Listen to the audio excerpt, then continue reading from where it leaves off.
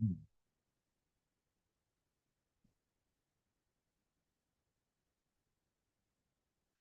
네, 선생님들, 5분 정도가 또 지났으니까 우리 슬슬 한번 시작을 해보도록 하겠습니다. 아직 이제 점점 들어오고 계시는 분들이 계시는데요. 이제 뭐 진행하다 보면 또 다 들어오실 테니까, 이제 먼저 좀 진행을 한번 해보도록 하겠습니다. 음, 네, 오늘 또 그 주말 이른 아침부터 이렇게 그 모여주시고 참여해주셔서 너무 선생님들 감사드립니다. 우리 그 악시 초청 세미나가 지금 이제 오늘까지 그 세 번째로 진행이 되고 있죠. 첫 번째로는 우리 제이박 감독님 모시고 이제 그 미국과 한국 영화 시장 그리고 OTT 시장을 비교하면서 이제 현업에서 그 감독님이 직접 부딪혔던 그 내용들에 대해서 한번 우리가 들어보았었고요. 또 두 번째 시간으로는 우리 한신대 이종현 교수님 모시고 이제 그 뭐 그 영화 촬영이라든지 그 이제 연기라든지 이런 것들에 대해서 이제 우리가 좀 말씀을 들어 이제 보았었습니다. 이제 오늘은 우리 경희대학교의 이제 그 안승범 교수님을 이제 좀 이렇게 귀하게 모시고 말씀을 한번 드려보려고 해요. 이제 지난번에 공지 드렸던 것처럼 안소몽 교수님께서는 경희대학교 국문학과에서 한국문화 콘텐츠 그 전공을 담당하시는 교수님으로 지금 재직하고 계시고요. 특히 이제 작년 한 해 동안 연구년을 맞이하셔서 이제 그 미국에 직접 이제 체류를 하면서 1년 동안 머물다 오셨는데 거기에서 제가 듣기로는 이제 한류 현상과 관련된 여러 전문가들과 다양한 뭐 학생들, 향유자들 이제 이런 분들을 만나서 지금 현재 이 미국에서의 어떤 한류 현상이 어떤 지점에 와 있는지 이런 것들을 굉장히 많이 좀 경험을 하셨다. 이렇게 제가 들었습니다. 그래서 이제 뭐, 물론 여러 나라들을 이렇게 다니시고 계시는 선생님들도 계시겠지만, 주로 이렇게 한국에 머물고 있는, 이제 사람들로서는 이런 것들을 뭐 나가지 않고는 알 수가 이제 없는, 사실이기 때문에, 그런 귀한 경험들을 좀, 우리 그 악시, 그 세미나 참석자분들과 지금 이렇게 나눠주셨으면 좋겠다. 이렇게 요청을 드려가지고, 제가 이제 그 이 자리에 모시고 귀한 강의를 준비를 하게 됐습니다. 그래서 오늘은 지금 이제 화면에 떠 있는 것처럼 디지털 신부족으로서 한류 팬덤이라는 주제로 우리 안승원 교수님 모시고 이야기를 한번 들어보도록 하겠습니다. 이제 공유를 풀고 안승원 교수님께 공유권을 넘기고 이 말씀을 들어보도록 하겠습니다. 안승원 교수님 모실 때 마음속으로나마 큰 우려와 같은 박수 부탁드립니다. 네, 감사합니다. 방금 소개받았던 안승범입니다. 잘 들리시나요?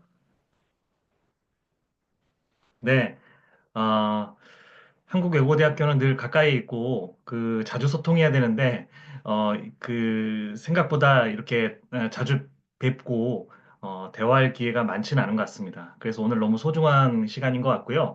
저도 배우는 마음으로, 제가 알고 있는 뭐 지식을 나눈다기보다는, 저도 뭐 질문들을 통해서 다양한 것들도 듣고, 또 제가 조금 더 아는 부분이 있으면 같이 뭐 나눌 수 있는 부분들도 있을 거고, 뭐 그렇게 시간을 보냈으면 좋겠습니다.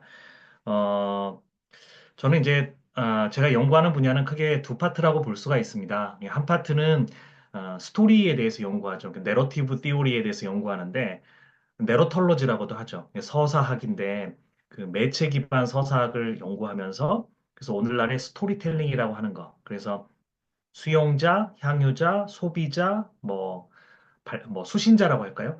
그들이 참여해서 이야기의 어떤 해석적 향유를 해나가는 이 과정에 좀 주목해서 스토리텔링에 대한 연구를 하면서 그 스토리 콘텐츠와 스토리텔링 이런 연구들을 해나가는 게 저의 연구의 큰 파트 중에 하나고요. 또 하나의 파트는 이제 제가 한국학중앙연구원에 이제 사업을 받으면서 이제 비교 문화학적인 연구를 이제 한 4, 5년 차 계속 해오면서 특히 한류에 대한 재정의를 하는데 그리고 또 한류 문화의 역동성에 대한 어떤 사례 연구들을 해나가면서 그 한쪽 파트, 제 연구의 한 반쯤은 그런 연구를 하고 있는데 오늘 제가 강의할 부분은 강의라기보다는 이렇게 나눔이죠. 나눌 이야기들은 후반부, 그러니까 비교 문화학적인 맥락에서 한류를 어떻게 볼 것인가. 특히 팬덤들이 국경 바깥에서 어떤 식으로 움직이면서 우리 한류에 대한 어떤 능동적이고 주체적인 소비를 해나가는가, 그리고 이 현상들을 우리가 어떤 용어들로 정의할 수 있을 것인가, 제가 평소 고민해오던 바에 대해서 한번 나눠보도록 하겠습니다. 제가 한번 공유를 해보겠습니다.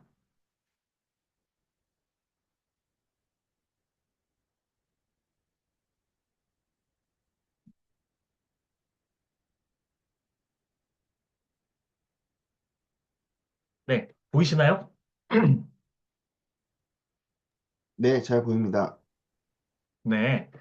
그 주제는 디지털 신부족으로서 한류 팬덤이라고 했는데, 디지털 신부족이라는 이제 표현은 팬덤 연구에서 아주 종종 쓰입니다.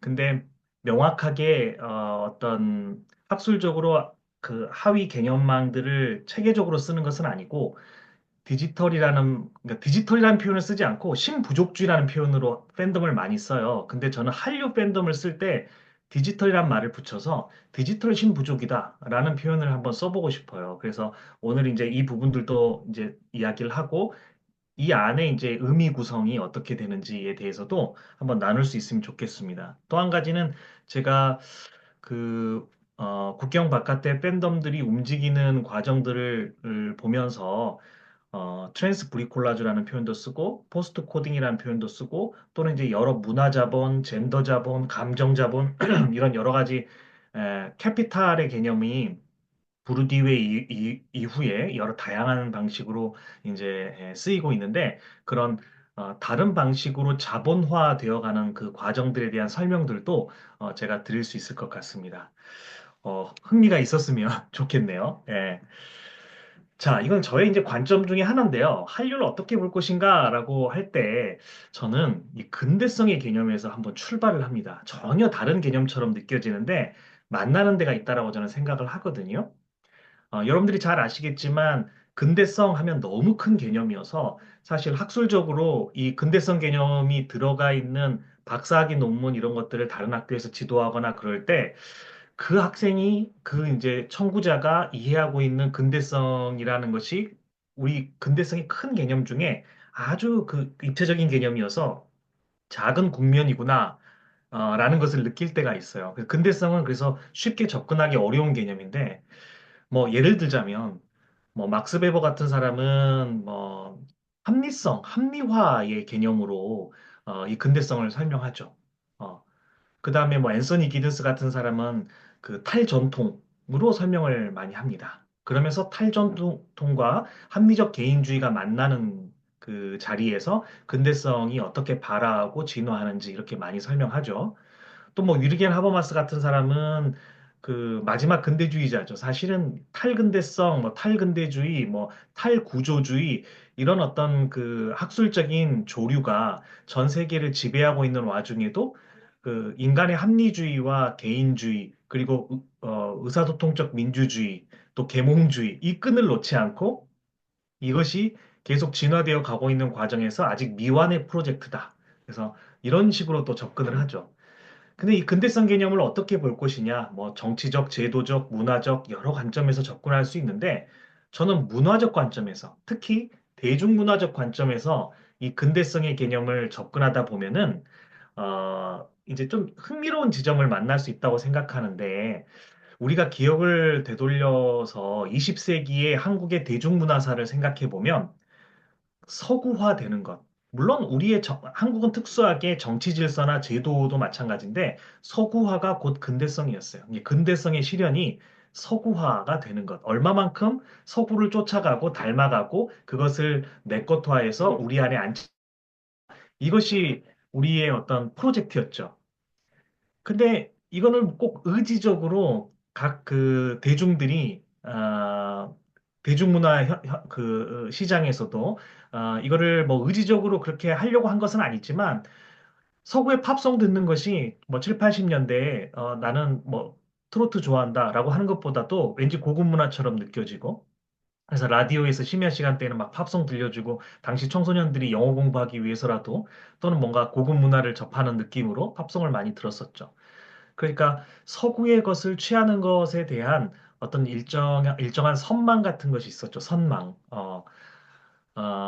실제로 그런 어떤 제3세계와 그다음에 개발도상국들 사이에서는 대중문화 시장에서도 뭐 미국 중심의 서구 대중문화를 받아들이는 것에 대한 어떤 선호도가 굉장히 강했고 반대로 생각해 보면은 기술력과 자본력을 갖고 있는 서구의 특히 미국 중심의 어떤 대중문화들이 강력한 영향력과 파급력을 가지면서 자연스럽게 다른 나라에 이렇게 스미기 시작했죠. 그래서 일종의 표준화, 균질화의 영향력을 가졌다라고 생각해요. 한국도 활동사진 시절부터 예를 들면 영화에 나름대로 영화가 발화하면서 한국적인 어떤 것들을 갖고 있던 시절이 있었는데, 물론, 뭐 그것도 한국적인 것이라고 할 수 없어요. 서구의 문물이 들어와서 이식된 것이긴 하지만, 이식된 부분이 많지만, 그 시간이 지나면 지날수록 그러니까 미국 중심의 헐리우드 영화가 뭐 1930년대 장르적으로 잘 안착되고 그리고 또 그 영화가 전 세계적으로 상업시장 안에서 큰 영향력을 갖고 퍼져나갈 때 우리는 이제 그것을 받아들이고 돈 주고 보는 영화는 미국 영화고 이런 인식을 갖고 80년대, 90년대 초중반까지도 왔죠. 우리 영화는 방화라고 여기면서. 근데 이제 이거 영화를 갖고 이야기했으니까 흥미로운 현상 중에 하나는 우리의 한국 영화에 대한 인식이 조금씩 바뀌기 시작하는 이제 그 상황들이 나타납니다. 그러니까 할리우드 영화가 들어갔는데 할리우드 영화의 그 시장 장악력이 그 시장 장악력을 이겨내면서 자국 영화 산업 시장을 지킨 나라가 몇 개가 안 되거든요. 예를 들어 유럽에서 프랑스 같은 나라가 대표적인데 한 자국 영화 시장 점유율이 한 35% 정도 됩니다. 인도, 인도 같은 나라는 아주 특수하죠. 그래서 자신들만의 그 영화에 만드는 어떤 관습, 보는 관습들이 독특하게 자리 잡고 있어서 인도는 한 85%가 자국 영화 시장이 그 자국 영화를 소비해요. 그러니까 이거는 굉장히 특수한 케이스죠. 근데 한국도 대단히 특수한 케이스입니다. 스크린 쿼터제 뭐 놓고 그렇게 오랫동안 싸웠죠. 예를 들어 한 스크린에 의무상영, 한국 영화를 의무상영을 146일은 해야 된다. 이거를 지키기 위해서 뭐 예를 들어 임권택, 강수연, 안성기 뭐 다 1인 시위하면서 그때 당시 90년대 중후반에 또 2000년대 초반까지만 하더라도 이거 막 시위하고 했었는데 지금은 그런 시위할 필요 없이 의무상영 일수 뭐 이런 그 의식하지 않더라도 한국 영화가 뭐 5, 60% 이상 이렇게 점유율을 갖죠. 물론 지금은 이제 영화 시장 자체가 이제 많이 줄어들어 버렸지만 그렇습니다. 그러니까 서구의 것이 바람직한 거고 표준이야. 그것으로 우리가 따라가야 돼. 라는 이 논리가 20세기 중후반 들어서 이 대중문화 시장에서도 깨지고 있다는 것을 볼 수 있을 겁니다. 그래서 이 슈무엘 에이젠스타트는 물론 대중문화 시장을 갖고 이야기한 건 아니지만 멀티플 모더니티스라는 개념을 말합니다. 다중 근대성이란 거죠. 그래서 슈무엘 에이젠스타트가 1980년대에 봤더니 전 세계의 어떤 근대성의 프로젝트가 서구화가 아니더라. 그러니까 서구화라고 생각하고 있었는데 그게 아니라 각 국가마다 또는 민족 또는 뭐 권역별로 자신들의 독특한 역사적, 문화적 전통에 있어서의 어떤 자원들, 그들만의 맥락 속에서 독자적인 어떤 근대성을 발현해 가더라. 라는 것을 이제 슈멜 에젠스타트가 이제 발견한 거죠. 저는 근데 이게 디지털 시대가 되면서 디지털 시대로 전환되면서 훨씬 더 그런 부분들이 강화되면서 혼종화의 속도, 시공간적 압축이 일어나면서 그게 훨씬 빨라지고 그들만의 독자적인 어떤 문화, 그러니까 서구의 바깥에 존재하는 주체들의 어떤 독특한 문화들이 이제 서구를 다시 침범하거나 그들 안에서 새롭게 이제 그 상업화의 소재로 쓰이거나 그러면서 혼종화가 막 일어나는 이런 현상들이 나타난다는 거죠. 슈무엘 에이젠스타트는 이제 어떤 정치 사회적인 맥락에서 문명권 안에서 벌어지는 일들을 많이 다뤘는데 예를 들어 일본 같은 나라는 독특한 전통적인 질서가 있어요. 공동체주의라든지 독특한 질서가 있는데 현대 국가로서의 현대 뭐 서구적인 정치 질서랑 결합을 한 모델이죠. 그들의 시선에서 보면 이란 같은 경우는 이슬람 전통과 현대 국가 정치 체제가 결합한 모델이니까 그들만의 새로운 근대성의 형태인 거예요, 한마디로. 그러니까 그냥 정치 사회적인 측면에서 그렇게 나타나지만 대중문화 시장 안에서도 다양한 방식의 그 근대성들이 저기저기서 꿈틀거리는 거죠. 근데 저는 이 한류가 큰 문화적, 문명적 흐름 안에서 그런 어떤 특수한 혼종화의 힘을 갖고 서구의 입장에서 볼 때는 자신들이 생각한 자기들만의 어떤 경계 저 멀리에서 출현해가지고 자신들에게 다시 영향을 미치면서 새롭게 전 세계적인 파급력을 갖고 부상하면서 유지되고 있는 제3의 문화 같은 것으로 인식이 될 수 있겠다. 그래서 중심과 주변을 이제 흐트러뜨리는 거죠. 글로벌과 로컬을 흐트러뜨리는 거죠. 이런 혼종화의 힘으로 한류가 출현한 것이다. 그리고 그게 유지되고 있는 것이다. 라고 저는 이제 보고 있습니다. 이거는 뭐 너무 잘 알기 때문에 굳이 잘 설명할 필요는 없을 것 같고, 이게 꼭 맞다라고 저는 생각하지 않지만, 이제 국가 정부 차원에서 한류의 시대 구분을 대략적으로 이렇게 합니다. 그러니까 뭐 별은 내 가슴에라든지 사랑이 뭐길래 같이 그때 90년대에 만들어져서 중국이나 특히 중화권, 그리고 일본 이렇게 수출되었던 몇몇 드라마들에 의해서 한류가 이제 처음에 시작되었죠. 이게 90년대 후반의 일입니다. 이때만 하더라도 소수의 매니악한 어떤 그 팬층을 확보하고 있었고, 그 규모는 소수지만 그들의 강도가 강했기 때문에 그들 사회에서 상당하게 이제 한류가 자리를 잡았는데, 이때만 하더라도 문화적 근접성의 논리, 그러니까 한국과 일본은 국경을 맞대고 있고 중국도 국경을 맞대고 있고 오랫동안 역사적 교류와 문화적인 어떤 그 근접성들을 갖고 있던 나라들이기 때문에 이 드라마 안에 있는 가족 이데올로기라든지 아니면 세대 간의 갈등 문제라든지 이런 부분들이 쉽게 이해되면서 그렇게 수용이 되는 측면이 있다. 그러니까 이건 한류의 지속 가능성에 대해서는 아직도 의문을 품고 있는 것이죠. 이때의 지속이라는 것은 시간적인 지속도 있지만 공간적인 확장의 개념에서 이 한계가 있을 것이다라는 우리 안에서의 우려들도 사실은 있었죠. 근데 한류 2.0 시대로 넘어가면서 이제 K-팝, 그러니까 K라는 접두사가 붙은 그 분야 중에서 가장 먼저 전 세계인에게 자연스럽게 K라는 말이 붙은 분야가 이제 팝, 대중음악에 가까울 텐데, K-팝 시장에서 이제 한국적인 어떤 특성을 가진 아이돌들, 그러니까 이목구비가 엄청 질서 있는 몇몇, 예를 들어서 남자 아이돌 그룹이 5명의 멤버다. 그럼 이 5명은 동시대 글로벌 시장에서 10대, 20대 중심의 여성들이 좋아할 만한 5가지 모델이에요, 사실. 그런 어떤 아이돌들이 아니, 노래도 잘하는데 외모도 이게 좀 너무 뛰어나고 이 집단 군무와 그다음에 댄스 음악의 최근 트렌드들을 잘 혼용해가지고 만든 중독성 강한 이 후기 있는 음악들을 만들어가지고 막 이제 진출하기 시작하죠. 이때는 이제 아이돌 스타가 갖고 있는 이제 파워들이 상당히 생겨나면서 대중음악이 한류의 천병 역할을 하면서 이 아시아 전역으로 퍼져나가고 아시아뿐만 아니라 이 태평양을 중심으로 해서 그 태평양의 연에 있는 지역 그리고 중앙아시아나 저기 중동 저기 아프리카 중에서도 북부 아프리카 또 넓게 보면은 지중해에 좀 닿아 있는 국가들까지 점점 퍼져나가기 시작합니다. 물론 이때는 이제 핵심 소비층이 10대, 20대로 딱 이제 더 굳어지죠. 충성도 높은 팬층이. 그러다가 한류 3.0 시대로 넘어가는데 이때부터 한류가 이제 전 세계적으로 어떤 하나의 거대한 트렌드로 인식이 되기 시작합니다. 이 한류 3.0 시대에는 한국 문화 전반에 대한 관심으로 이제 조금씩 퍼져나가기 시작하고, 그래서 우리 안에서 국가적인 자긍심, 일종의 국뽕에 취해서 K라는 말들을 여러 분야에 붙이기 시작하죠, 이제. 예를 들어 뭐 K 패션, K 푸드 이렇게 점점 이제 확장되죠. 유관 문화 산업 쪽으로. 이때 대표적인 게 이제 싸이 강남 스타일 같은 게 있겠죠.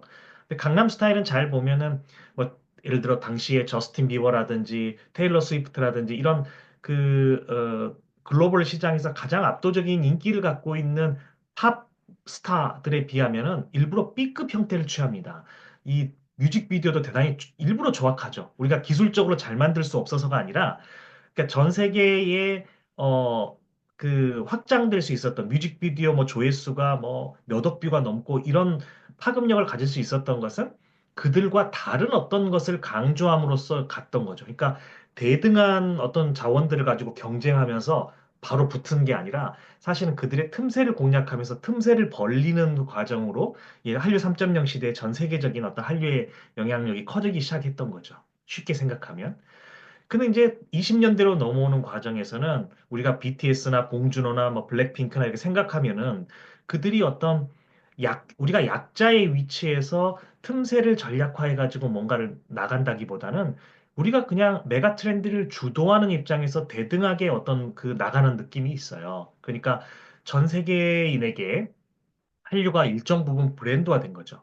그러니까 한류 3.0 시대까지만 하더라도 싸이가 막 인기가 있으니까 이제 그 다음 어떤 의미 있는 케이팝 아이돌이 등장했을 때 싸이의 어떤 그 싸이가 만든 케이팝 한류 브랜드를 수혜를 입어서 그 다음 후배 이제 아이돌 후속 아이돌 그룹들이 이제 성장할 수 있는 발판이 그 앞에 이제 그 어, 싸이 같은 그런 존재들 때문에 뒤에가 이제 수혜를 입는 방식이었다면 지금은 반대로 이미 선지하는 브랜드가 이제 존재하는 거고 그 예를 들어 뉴진스가 막 나왔는데 뉴진스는 그냥 뭐 처음에 등장할 때도 뭐 빌보드 차트를 안에 뭐 찍고 들어가잖아요. 그냥.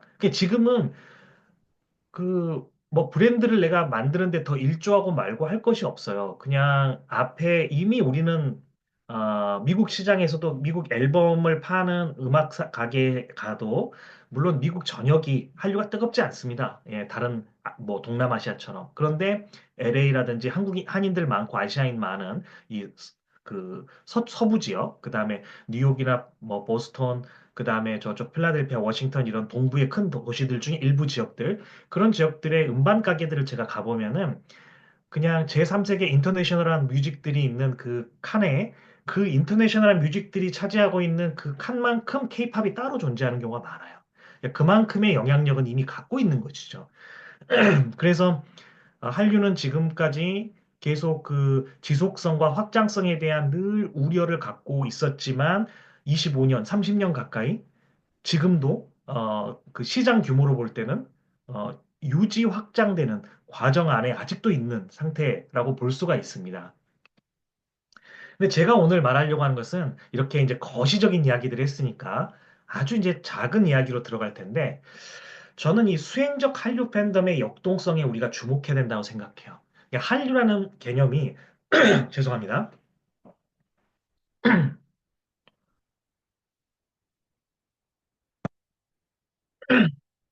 한국의 문화 또는 한국의 대중문화가 국경 바깥에서 인기를 얻으면서 소비되는 현상 같은 걸 말하거든요. 이게 보편적인 개념입니다. 근데 한국의 문화가 국경 바깥에서 인기를 얻으면서 소비된다라고 했을 때 이 한류 문화를 만드는 주체가 누구인지 우리가 물어야 됩니다. 근데 항상 우리는 발신자의 입장에서 또는 우리가 생산자의 입장에서 우리가 기획자의 입장에 항상 서서 어, 우리 것을 소비해주는 저들을 멀리서 위에서 내려다보는 입장에서 그러면서 이제 그 위아래 사이의 낙차, 나와 그 사이의 거리, 여기에서 그만큼의 우월감이나 자긍심을 느끼면서 한류를 좀 국뽕에 취해서 보는 경향이 많았잖아요. 근데 한류의 개념 자체가 그 국경 바깥에서 인기를 얻으면서 한국의 대중문화나 문화 콘텐츠가 소비되는 현상이라면 그 소비의 주체, 수용과 해석의 주체가 그들인 거예요. 그래서 한류 문화의 역동성이란 것은 그들이 어떻게 수행적으로 움직이느냐에 따라서 달라지는 거죠. 그래서 저는 이 한류 팬덤이 어떤 식으로 역동하고 있느냐에 대한 것을 좀 착안하면서 한류가 어떻게 흘러가고 있는지를 더 잘 살펴볼 수 있다. 하이브에서 어떤 그룹을 우리가 만들어서 어떻게 인기를 얻을 거야를 의 관점이 아니라 지금 현재 어, 그 해외에 있는 K-팝 팬덤이 어떤 방식으로 우리의 음악을 굴절해서 수용하고 있고 그들이 재창작하고 있고 재전유하고 있는지 그리고 재콘텐츠화하고 있는지 그들만의 독특한 문화가 어떻게 형성되고 있는지 여기를 주목해야지 사실은 우리가 책임적인 재발신자가 사실 될 수 있는 거죠. 그래서 저는 아, 그들이 실질적인 발신자라고 생각하고 우리가 책임적인 수신자가 먼저 돼야 된다고 생각해요. 그렇게 했을 때 우리가 호혜적인 이제 재발신이 또 가능하다라는 생각들을 늘 갖고 있습니다. 그래서 오늘은 딱 두 가지만 이야기할 텐데요. 그 K 콘텐츠가 재맥락화, 탈맥락화, 재맥락화 되는 거예요. 음. 탈맥락화 된다는 것은 우리가 케이팝을 만들 때 또는 우리가 영화를 만들었을 때 그 영화 안에 우리의 현실 세계를 담고 있는 게 이제 텍스트 안에 담기죠. 근데 그 텍스트를 그들이 가져가서 자기 나라의 어떤 문화, 종교, 어떤 젠더적인 특성, 계급적인 특성, 그 주 소비하는 사람들이 서 있는 그들의 정체성의 기반 안에서 그걸 받아들일 때 그것이 재존유, 재의미와 탈맥락화, 재맥락화 될 수밖에 없는데 그 과정을 보고 있으면 우리의 시각이 교정이 돼요. 어, 먼저 그래서 문화적인 실천, 이게 저는 재존유, 재의미화라는 표현을 썼고요. 그 다음에 경제적인 실천, 재창작, 재콘텐츠라고 했는데 도대체 그들이 어떻게 역동적인 풍경을 만들어내는가? 제가 디지털 신부족주의라고 말한 이유는 미셸 마페졸리가 신부족이라는 표현을 쓰죠. 신부족주의라는 표현을 쓰죠. 그래서 아까 그 하버마스랑 굳이 비교를 하자면 하버마스는 어떤 합리적인 의사소통 체계, 그다음에 계몽적 민주주의 그가 앞으로도 발전해야 돼, 발전할 수 있어라는 믿음이 있기 때문에 미완의 프로젝트라고 한 거예요. 그러니까 근대성 프로젝트에 대한 포기 선언을 하지 않은 거죠. 근데 미셸 마페졸리는 그런 개인주의와 합리주의 시대가 사실은 끝났다라고 보는 거예요. 어, 실제로 지금 잘 들여다보니까 지금은 감정적, 정서적 어떤 취향에 의해서 또는 디오니소스적인 어떤 그런 그룹들의 유동하는 어떤 힘들을 보는 거예요. 그러니까 그 과거와 같은 우리의 일종의 의사소통적인 민주주의, 합리주의, 그다음에 서구가 만들어낸 어떤 그 이성 중심의 계몽주의 이런 것들로 전 세계가 더 훌륭해지고 뭐 아름다워지고 더 긍정적으로 나아가고 할 거라는 그런 기대 자체를 이제 하지 않는 거예요. 근데 그가 말하는 신부족의 그 개념은 디지털 시대 이후를 보고 말한 게 아니거든요. 근데 사실 디지털 시대로 전환되면서부터 이 신부족이 유동하는 것들이 훨씬 보입니다. 예를 들어서 유튜브나 인스타그램만 보세요. 그냥 우리가 SNS라고 하는 거. 놀라운 사회자본이 만들어지죠.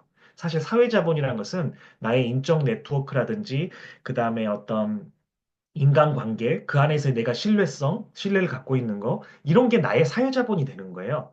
근데 그, 이런 여러 가지 그 디지털 플랫폼과 글로벌 미디어의 글로벌 미디어가 거미줄망 같은 전 세계의 국경과 민족과 인종의 경계를 다 뛰어넘어가지고 서로가 뭉쳤다가 흩어지고 자신의 취향에 의해서 또는 정서적인 어떤 충동에 의해서 서로가 막 움직이는 과정들이 훨씬 역동적으로 만들어질 수 있는 가능성의 세계, 그런 기술 환경을 만들어 놓죠. 그래서 저는 디지털 신부족주의라는 표현을 쓰면서 팬덤을 한번 볼 필요가 있다는 생각을 늘 하고 있습니다. 자, 지금까지 너무 재미없는 이론 강의를 해서 조금 이제 사례를 좀 들어볼게요. 지금 말은 좀 어려워요. 제가 쓰는 말인데. 이런 재전유 재의미화를 통한 문화적 실천이 인용 논평의 차원. 그러니까 한국의 콘텐츠를 그대로 가져가서 의미 있게 즐기는 거 그냥. 그러니까 콘텐츠 자체의 어떤 내용과 형식과 메시지를 굳이 어떤 수정하거나 그러지는 않아요. 그것을 가져와서 자신들의 어떤 그 문화적인 맥락 안에서 즐기는 거. 이게 인용 논평이에요, 사실. 근데 또 하나는 참조 차용이라는 표현을 썼는데 우리의 콘텐츠 내용, 형식, 메시지를 각색하는 거예요. 각색이란 것은 벌써 자신의 의지적인 의도가 들어갔는데 그걸 통해서 자기가 하고 싶은 말 위에 그걸 얻는 거죠. 근데 전환 변형은 그보다 훨씬 더 강도가 높아요. 원래 우리가 그 콘텐츠를 만들었을 때 거기에 담겨 있는 의미라든지 메시지가 거의 유실될 수도 있어요. 그러니까 자기가 하고 싶은 말이 훨씬 강해서 이거를 위해서 우리 거를 도구화하는 거예요. 그러면서도 대단히 크게 우리의 어떤 컨텐츠들에 대한 영향력을, 파급력을 그들 스스로 또 거기 그 자리에서 만들어냅니다. 이런 현상들 한번 살펴보죠.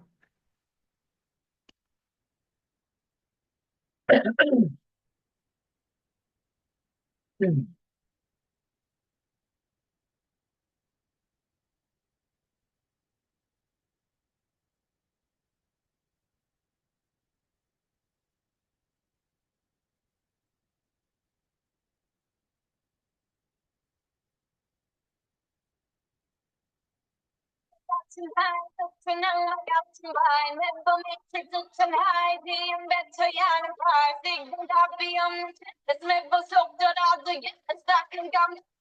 네, 방금 전에는 이제 K-팝 커버 댄스를 보셨죠?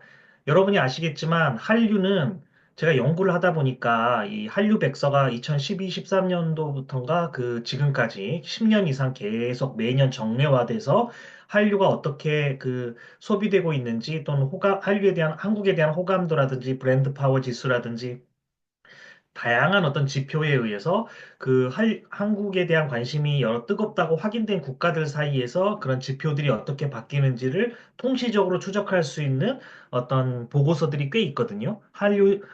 해외 한류 실태 조사 보고서도 있고, 그것들은 더 이제 촘촘하게 나오죠, 그거는. 그런 것들을 두 개를 연동해서 보면, 제 개인적인 생각으로는 한류의 핵심 지역, 그러니까 한류가 가장 뜨거운 지역을 온도로 표현해서 빨갛게 표현하고, 그보다 좀 덜 뜨거운 지역은 이제 뭐 분홍색 이렇게 명도 채도의 변화를 줘서 이렇게 전 세계에 표시를 한다면 한류는 가장 뜨거운 지역이 서남진에 가고 있어요. 아주 천천히. 그래서 중화권 우리 뭐 대만 이런 지역을 지나서 동남아시아로 넘어가서 오랫동안 지금도 동남아시아 제일 뜨거운 지역 중에 하나죠. 빨갛죠. 그런데 그 동남아시아 옆에 남아시아, 스리랑카라든지 방글라데시라든지 인도 이런 쪽을 지나서 지금은 중동, 아랍에미레이트나 사우디아라비아가 대단히 많이 소비하거든요. 한류 콘텐츠를. 그들은 인종적인 차이가 크기 때문에 한국의 화장품이 직접 들어가기가 어려운 구조임에도 불구하고 한국 화장품 소비량이 어마어마합니다. 그러니까 그렇게 퍼져가서 지금은 이집트도 대단히 뜨거운 나라예요. 그리고 유럽 중에서도 지중해를 끼고 남아시아와 저쪽 서아시아 일부 국가들까지는 대단히 뜨거워요. 그러니까 거기까지 이렇게 나아가고 있거든요. 그러니까 한류가 점점 점점 서남진해 가면서 뭔가 한류의 거점들을 확장해 가고 있는 과정들을 우리가 읽을 수가 있어요. 어쨌든 방금 전에 보신 커버 댄스는 동남아시아 지역에서 태국, 베트남 이런 데서 커버 댄스 팀들이 이제 한국의 그룹들을 따라하는 거죠. 근데 어느 정도 수준이냐면 우리로 치면은 뭐 광화문, 명동, 뭐 홍대 앞, 뭐 건대 입구, 뭐 사람들이 많이 몰리는 어떤 지역들이 있잖아요. 그런 지역들의 요일별로 시간대별로 커버 댄스 팀들이 춤을 추면서 그것을 일종의 공연이잖아요. 거리의 공연이어서 그것들을 관람하고 또 그들의 커버 댄스 팀 중에서는 인기가 있는 팀들은 구독자 수가 100만이 넘는 게 십수개예요. 지난번에 태국만 조사했을 때도 십수개입니다. 이렇게 거의 연예인급의 인기를 끌면서 이런 커버 댄스 팀들이 있어요. 제가 커버 댄스 하나만 예를 들었는데 이런 커버 댄스가 이제 인용 논평이죠. 그러니까 한마디로 그대로 가져가는 거예요. 우리 컨텐츠를 따라하는 거고, 그 나라에서 하나의 문화적인 어떤 현상들을 만들어내면서, 그렇지만 우리가 만든 컨텐츠들이 굳이 뭐 의미가 다 바뀐다든지 이런 건 아니에요. 그냥 따라하고 싶고, 모방의 어떤 한 측면이죠. 이것도 마찬가지인데, 이것도 인용 논평의 다른 사례인데 한번 보시죠. Buongiorno a tutti ragazzi e benvenuti e bentornati in questo nuovo video. Beh, come non parlare di Squid Game? È stato probabilmente il drama coreano più visto della storia di tutti i drama coreani. Ha spopolato in tutto il mondo, praticamente non si parla di altro. Quindi eccoci qui oggi per parlare di 5 punti, aspetti di Squid Game di cui forse non eravate a conoscenza. Naturalmente se non avete visto il drama, vi consiglio di guardare questo video dopo averlo visto. Parleremo anche di due teorie riguardanti Squid Game. 네, 방금 전에 그 영상은 제가 이제 이 연구를 하다 보니까 제가 8개국 정도의 한 20여 개 이상의 한국학 대학교를 중심으로 해서 이제 한국학이 자리 잡은 대학을 중심으로 해서 최근에 한 3, 4년 동안 열심히 다녔거든요. 한 달 전쯤 이탈리아, 프랑스, 스페인도 갔었는데 그때 이탈리아 시에나 외국인 대학교에서 제가 특강을 하면서 그 이탈리아 친구들한테 그 학부생들이었어요. 대부분. 대학원생도 일부 있고. 제가 물어봤어요. 아까 지금 이탈리아 인플루언서거든요. 이태리 인플루언서 지금 저 친구 아느냐? 지금 드라마 소개하고 있고 굉장히 구독자도 많고 조회수도 높던데 너희들 아느냐고 물어봤을 때 거기 안에 30여 명 정도 있었는데 한 20여 명이 손 들더라고요. 나 그거 잘 알고 나도 구독하고 있다. 나도 그거 즐겨 본다. 이러더라고요. 그러니까 지금 저 케이스도 한국의 오징어 게임에 대한 그 드라마를 지금 소개해주고 있는 장면을 제가 가져온 거예요. 그런 컨텐츠들을. 그러니까 한국 문화를 그 자국의 어떤 잠재적인 팬층에게 소개해주면서 뭔가 의미 있게 전달하는 그러니까 인용과 논평을 하는 측면이에요. 그러니까 우리 컨텐츠가 뭔가 많이 그 다른 의미로 굴절되거나 하는 것은 아니에요. 근데 그대로 가져가는 거죠. 그러니까 케이팝이나 드라마나 여러 한국의 컨텐츠들을 그런 방식으로 재의미화하고 재존유하는 사람들이 저기에 많이 있어요. 요거는 조금 특징적인 거라서 제가 또 다시 한번 다르게 가져왔어요. 이거는 인용 논평의 사례가 아니에요.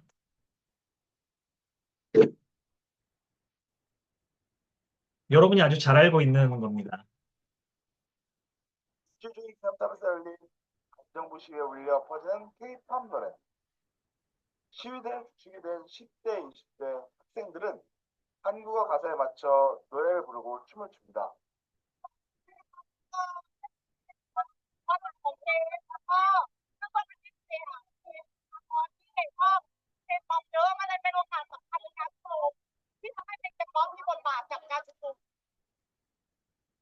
네, 잘 보셨나요? K-팝이 시위에서 중요한 역할을 한답니다. 근데 이게 태국의 반정부 시위, 그러니까 뭐 당시 총리 물러나라, 뭐 이런 퇴진 시위하는 현장인데 그 퇴진 시위하는 현장이 굉장히 재밌죠? 축제 같고 즐겁고 지금 최근에 이제 우리의 정치 상황도 야광봉 뭐 들고 가서 응원하고 K-팝 부르고 뭐 하는 문화가 우리도 있지만 2010년대 후반부터 벌써 멕시코든 세계 여러 나라에서 사실 소녀시대에 다시 찾은 세계 이게 네 가사를 쭉 보세요. 그러면 그냥 20대 여성 화자가 자신의 주체적인 정체성을 찾아가겠어라는 어떤 그 내면적인 목소리가 발화되는 그런 가사 노랫말이에요. 이게 굳이 민중가요가 아니거든요.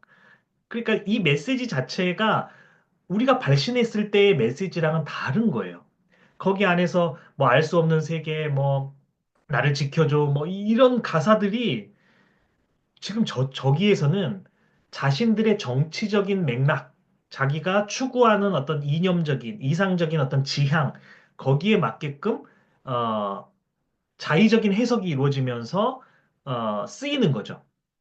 근데 이게 태국에서는 뭐 총리 퇴진이고 뭐 멕시코에서는 여성 인권이고 뭐 여러 방식으로 쓰이는 거예요, 한마디로. 이거는 뭐 당연히 이수만이든 양현석이든 뭐 박진영이든 이 우리가 잘 알고 있는 케이팝 아이돌의 그 기획자의 꼭대기 있는 사람들이 여기까지 의도해서 전략적으로 만든 건 당연히 아니죠. 근데 그들이 이 컨텐츠 안에 있는 메시지를 참조하거나 차용해서 자기가 말하고 싶은 것들을 말하는 거예요. 그러면서 그들 안에 역동적인 새로운 문화를 만들어내는 거죠. 사실 이런 현상들을 잘 들여다보고 있으면 흥미진진한 데 대단히 많습니다. 그렇게 굴절이 일어나는 거예요. 저는 여기서 우리가 이걸 이야기해 보고 싶은데, 한국의 1950년대에 그 미팔군을 중심으로 해서 무대들이 생겨나고 거기에서 그 아마추어인데 프로와 이제 이제 격차가 줄어든 그때 당시 미팔군 미군 그 무대에 서기 위한 오디션이 경쟁률이 어마어마했어요. 그래서 거기에서 검증이 된 가수들이 한국 초창기의 대중음악 씬에서 완전히 프로로 다 자리 잡거든요. 여러분 아시겠지만 70년대까지 영향을 미칩니다. 근데 그들 역시 그들이 그때 그런 문화들을 통해서 미국의 것을 우리의 것으로 받아들여서 그때는 미국에 대한 선망이 훨씬 컸고 뭐 전후 공간을 한번 생각해 보세요. 미국이 우리를 구원해 줬잖아요. 요즘 우리 태극기 들고 이제 거리에서 응원하시는 할아버지 할머니들의 그 모습을 보면 아직까지도 그들에게 어떤 방식으로 미국이라는 이미지가 소비되면서 영속화되고 있는가 이것을 우리가 느낄 수 있잖아요. 그러니까 그때 당시 미국의 음악, 미국의 문화라는 게 얼마나 큰 뭐랄까, 선망의 대상이었겠어요. 그러니까, 뭐 예를 들면, 닐리리 만보, 뭐, 도라지 만보, 이런 노래도 있었거든요. 잘 아시겠지만. 도라지 만보가 뭡니까? 만보야 어떤 서구의 리듬 중에 하나겠지만, 도라지랑 만보를 섞어버리잖아요. 한국은 아주 독특한 나라예요.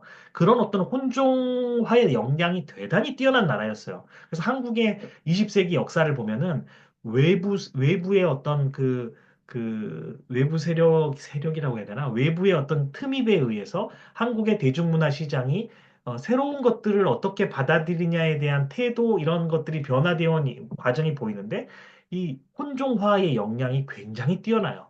항상 순발력 있게 그걸 받아들여서 뒤섞어 버립니다. 근데 그런 것들을 볼 수가 있죠. 근데 이거를 바꿔놓고 생각하면 돼요. 한류가 저 다른 나라나 권역으로 나아갈 때 그런 어떤 역량을 갖고 나아간다는 거예요. 그 풍경들을 우리가 보고 있는 겁니다.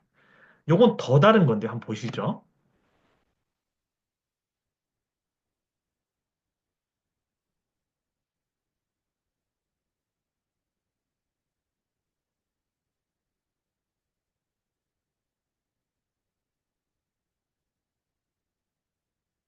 네, 아마도 그 레즈비언인 것 같습니다.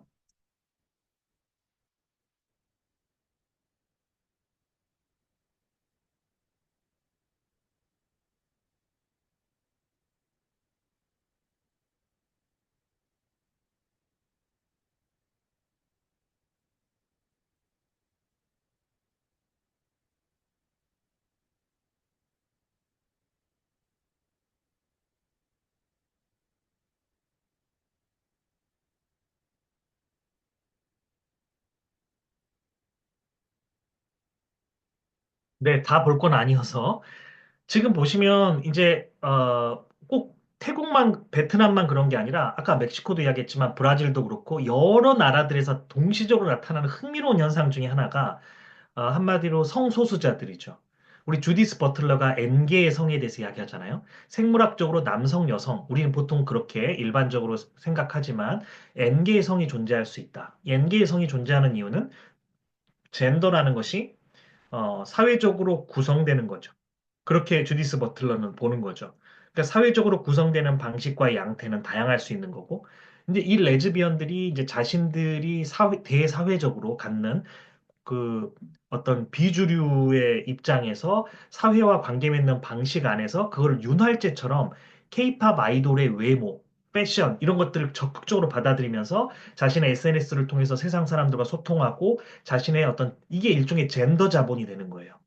젠더 자본으로 활용하면서 저는 잘 모르지만 저 패션이 케이팝 아이돌 누구의 패션이고 그 외모를 어떤 방식으로 좀 바꿨고 그 이제 은우님이 좀 고쳐주시는 거죠. 그래서 자기가 자신의 어떤 레즈비언 안에서도 그 남성향으로서의 어떤 특징 같은 걸 드러내는 방식으로도 그렇게 가기도 하고 트랜스젠더가 이제 수술을 한 그래서 물리적으로 수술을 해서 트랜스젠더가 된 다음에 자신의 정체성을 또 드러내는 방식을 케이팝 아이돌의 어떤 이미지를 취해가지고 가기도 한다는 거죠. 이것은 자신의 어떤 사회 자본을 그러니까 그렇게 쌓아가는 거예요. 그러면서 일종의 이건 문화 자본이기도 해요. 문화 자본이라고 하면 보통 어떤 교육의 정도라든지 지식의 정도라든지 또는 아니면 자신이 갖고 있는 어떤 취향이라든지 이런 것들이 문화적 자본이 될 수 있어요. 아까 제가 말씀드렸지만 7, 80년대에 팝송을 많이 알고 있는 사람들이 그 또래 문화 안에서 그런 청소년들이 또래 문화 안에서 뭔가 고급 문화를 갖고 있는 것 같은 그런 것들에 대한 영능을 가진 것처럼 이렇게 보일 수가 있죠. 물론 뭐 학위라든지 자격증이라든지 이런 것들은 제도화된 어떤 문화자본의 한 양태이고요. 또 여기 계신 선생님들 중에서는 말씀을 굉장히 잘하시면서 전달력이 뛰어난 사람들도 문화자본을 체화된 문화자본을 갖고 있는 거예요. 한마디로. 근데 아까 저기 성소수자들, 뭐 레즈비언들이나 아니면 트랜스젠더들이나 이런 사람들이 자신의 어떤 성적인 그 젠더로서의 어떤 퀴어의 어떤 자기가 갖고 있는 형태들을, 성격들을 스무스하게 세상과 소통하면서 넘어가는 과정에서 우리의 컨텐츠들을 가져간다는 거예요. 그러니까 이거는 정말로 멀리까지 나아가는 거예요. 제가 생각할 때. 이 컨텐츠가 우리가 갖고 있는 컨텐츠들이 지워지는 거예요. 뭔가 자기가 갖고 있는 것들을 위해서 우리 컨텐츠들의 내용이나 형식이나 메시지를 완전히 전환하는 거죠. 변형시키는 거죠. 근데 이런 현상들도 어디서나 벌어지고 있는 현상이에요. 지금까지는 제가 문화적인 실천에 대해서 이야기했고요. 이제 경제적인 실천을 보죠. 우리가 잘 아는 우리 파생 콘텐츠를 그냥 판매하는 행위가 있어요. 아주 이거는 1차원적인 거죠. 지금 왼쪽은 엑소 찬열 팬들이 베트남에서 자기가 찬열의 굿즈들을 막 서로서로 만들어가지고 판매하고 소통하고 막 하는 거예요. 이 시장이 어마어마하게 넓어요. 그래서 잘 만드는 어떤 굿즈들 같은 경우는 한국에서는 오히려 기획사가 그걸 사가지고 또 판매하기도 하고 한국은 그렇거든요. 이 아래로부터의 서로 그 팬들과의 소통을 대단히 중시하기 때문에 저작권 개념을 도입해가지고 뭔가를 강력하게 규제하고 하는 방식보다도 그런 아래로부터의 소통을 끌어들이는 형태, 그거를 오히려 진작시키고 그걸 우리가 함께 뭐 이거 만들어가는 형태들을 굉장히 많이 취했어요. 물론 저작권을 엄정하게 그 적용하려고 하는 어떤 순간들도 있지만 대부분은 아래로부터 소통을 너무 중요시합니다. 저는 이게 한류가 확산되는데 아주 중요한 역할을 했다라고 생각을 해요. 역추적해 보면. 예를 들어서 BTS가 2014년에 처음 나왔을 때 군소 그 소속사에서 처음 등장했는데 V 라이브를 통해서 뭐 아니면은 뭐 지금 트위터죠. 트위터를 통해서 여러 어떤 그 디지털 플랫폼과 창구들, SNS의 수단들을 이용해가지고 백스테이지에서 풍경들을 보여주고 오늘 춤 연습하는 거 보여주고 소파에서 먹으면서 막 그 멤버들끼리 장난치는 거 보여주면서 그들 아래로부터의 눈높이 소통들을 해가면서 그 굉장히 친근한 정서적인 공동체를 만들면서 계속 그들만의 공동체를 유동시키죠. 저는 디지털 신부족을 만들어내는데 한류의 어떤 중요한 아이돌 그룹들이 어떤 방식으로 처음에 이것들을 해나가는가에 대한 것들을 유심히 보는데, 최근에 뭐 위버스 맞나요? 그 하이브가 만들어낸 어떤 그 형태, 이것들은 조금 우리 안으로 좀 뭔가 경제적인 그 수익을 위해서 팬덤 커뮤니티를 다 가져다 드리는 방식이어서 조금 다른 형태이긴 하지만, 어쨌든 소통이라는 것을 해나가기 위해서 다각적인 창구를 마련하는 전략들을 계속 써오고 있어요. 그냥 아까 테일러 스위프트 이렇게 이야기했는데 그런 그 거대한 팝 그룹들, 팝 어떤 스타들은 일종의 신비주의 전략을 취하죠. 그러면서 보여주고 싶은 부분만 선택적으로 보여주는 방식으로 팬들에게 일정한 거리감을 가지면서 신비주의 컨셉들을 그대로 유지해 간다고 본다면 한국의 아이돌 그룹들은 사실 또 그러지 않았죠. 그렇게 하지 않으면서 컸단 말이죠. 오른쪽은 지금 안타깝게도 최근 뉴진스가 어떻게 될지 모르겠는데 그 뉴진스의 팬들이 만들어서 서로 또 틱톡에서 뭔가를 교류하고 판매하고 이렇게 하는 거예요.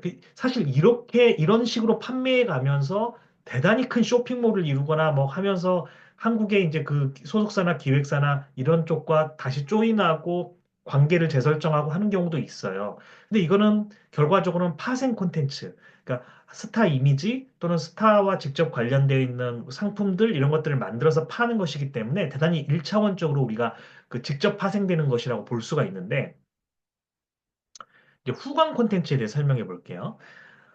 요게 그 베트남에서 세인트 319라는 그냥 청소년 아이들처럼 보이잖아요. 근데 얘네들이 어떻게 나중에 됐냐면요. 이 커버 댄스 그룹들이 인기가 막 날로 높아지고 유튜브에 소비되는 양도 많아지고 하다 보니까 자기가 스스로 케이팝 그룹이라고 해가지고 뭐 여러 그룹을 만들어가지고 활동하기 시작하고 스스로 소속사를 차리고 뭐 케이팝 아이돌들을 발굴해서 시장에 내놓기 시작하는 거예요. 그러니까 그들은 우리는 케이팝 한다는 거예요. 그러니까 이게 그러면서 V팝의 이게 베트남 팝이죠. V팝의 한 메인스트림을 케이팝이라는 이름으로 만들어가 버리는 거예요. 그러니까 자기는 소비자였잖아요. 소비자, 컨슈머였잖아요. 그러니까 컨슈머이자 아마추어였어요. 근데 프로가 된 거죠. 그러니까 프로추어 현상이죠.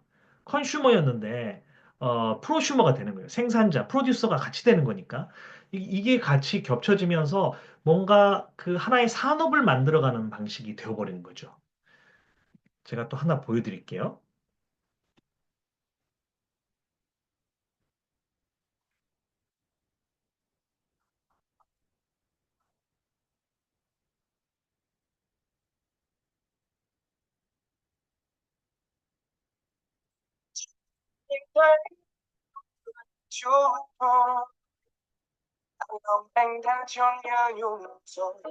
Baby, baby, chicken and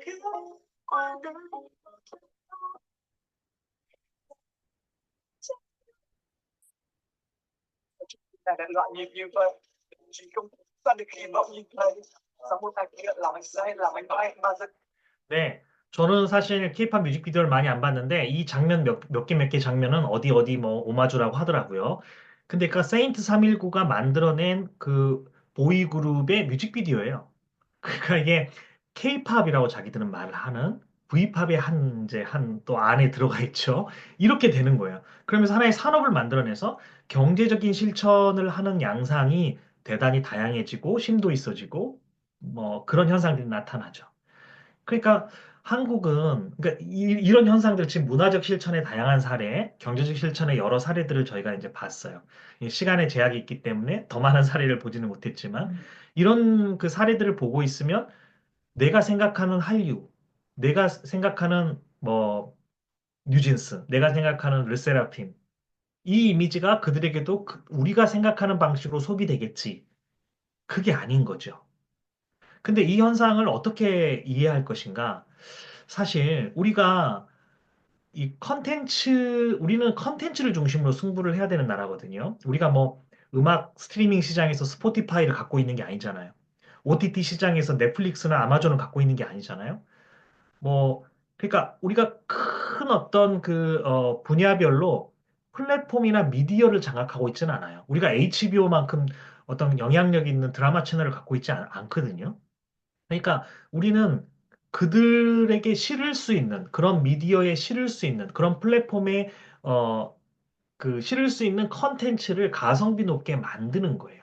그러니까 과거에 문화제국주의 또는 종속이론 이런 게 있었죠. 그래서 대중문화 시장에서도 서구의 그 거대 글로벌 미디어 그룹들이 글로벌 플랫폼들을 갖고 있는 기업들이 전 세계의 그 시장들을 완전히 장악하면서 그들의 대중문화 또는 심지어 더 나아가서 민중문화나 또는 민족문화에 영향을 미치면서 아예 판도를 바꿔버리죠.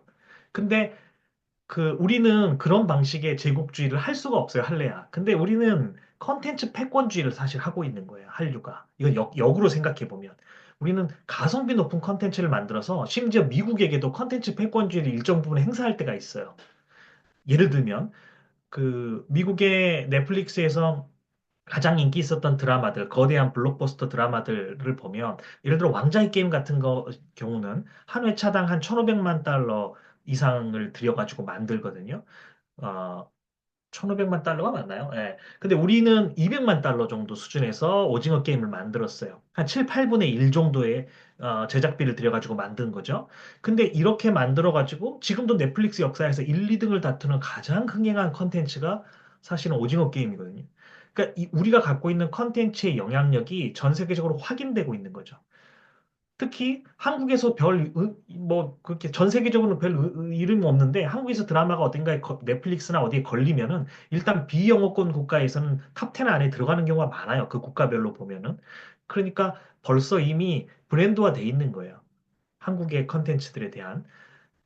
심지어 동남아시아 같은 경우는 3개월을 기준으로 했을 때 한국 영화 소비량의 몇 편을 영화를 보느냐 하면 한국 사람보다 더 많이 보는 경우도 있습니다. 훨씬 많이 봐요. 그 시간 소비량도 인도 같은 경우는 한국의 컨텐츠를 소비하는 시간 양이 지금은 한국인보다 더 막 클 때가 있어요. 물론 이 땅덩이가 넓어가지고 북동부 지역과 이게 남부 지역의 문화가 다르고 뭐 타밀 언어권이 다르고 다 다르지만 특정 큰 그 주들에서 어, 지역에서는 한국의 소비량이 굉장히 커지고 있어요. 그렇기 때문에 미국에서 입장에서 봤을 때 한국의 가성비 높은 콘텐츠를 우리 플랫폼에다가 이제 게시를 하고 오픈을 하면은 어, 우리가 잘 먹히지 않는 비영어권 국가의 특정 나라들까지도 넷플릭스 안으로 끌어들일 수 있는 거예요. 넷플릭스 입장에서 보면. 그리고 한국에서 만들어가지고 비영어권 국가에 이렇게 보내는 이런 방식들이 일종의 한국을 테스트베드처럼 활용하는 거예요. 이게 되냐, 안 되냐. 이게 한국에서 만들어 보자. 뭐 이렇게도 되는 거예요. 그러니까 한국이 이제 컨텐츠 패권주의 형태로 가고 있는 부분이 있는데 이것들은 또 비판적으로 볼 필요가 있죠. 우리가 서구의 것을 받아들일 때 비판적인 시각으로 서구의 것이 우리의 이 국가의 경계를 넘어오는 과정에서 우리가 어떤 경계를 하면서 그들의 영향력들에 투쟁을 해가면서 싸우기도 하고 했잖아요. 마찬가지로 우리가 그냥 소비의 대상으로 또는 우리의 것을 수용하는 도구로 해외의 밴드를 생각하면 안 되는 거죠. 그래서 이게 콘텐츠 패권주의가 이 명암이 있는 그 상황에 있다. 이렇게 볼 수가 있겠죠. 네. 요거는 이제 다음으로 넘어가서 이제 의미와 이제 이론적인 이제 논문을 쓰거나 이럴 때 또 어떤 식으로 이걸 해석할 수 있느냐에 대한 아이디어를 또 공유를 하자면 제가 이제 쓰고 있는 말은 이제 트랜스 브리콜라주라는 말인데 원래 브리콜라주라는 말은 레비스트로스가 지금 여기 보시는 레비스트로스가 그 야생의 사고에서 자기가 가까운 어떤 문화적인 요소나 도구들을 이용해 가지고 그 설계도 없이 뭔가 자신들이 사용하는 문화적인 산물들을 막 만들어내죠. 사실 이게 야생의 사고, 이게 원시적인 어떤 사고를 하는 사람들의 삶의 패턴 같은 것들을 설명할 때 현대 기술자와 대비되는 어떤 패턴을 설명할 때 브리콜라주, 브리콜레르라는 표현을 쓰죠. 브리콜레르는 그런 사람이고 브리콜라주는 그들의 어떤 행위와 실천에 대한 언명이죠.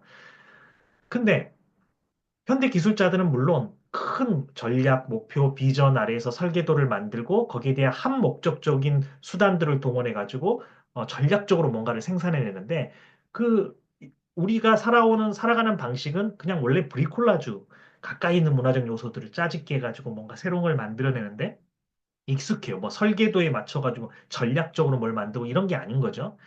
근데 저는 이게 제가 트랜스라는 표현을 쓰는 이유가 아까 전에 문화적인 실천, 경제적인 실천을 봤지만 내가 가까이 있는 문화가 아니라 멀리 국가를 넘어오고 경계를 넘어온 다양한 경계를 넘어오는 다양한 문화적인 요소들을 멀티 소스를 멀티 유즈 하면서 새로운 어떤 팬덤의 수행이 브리콜라주, 그러니까 트랜스 브리콜라주 되는 거예요, 지금. 그래서 저는 트랜스라는 말 안에 어떤 경계를 넘느냐.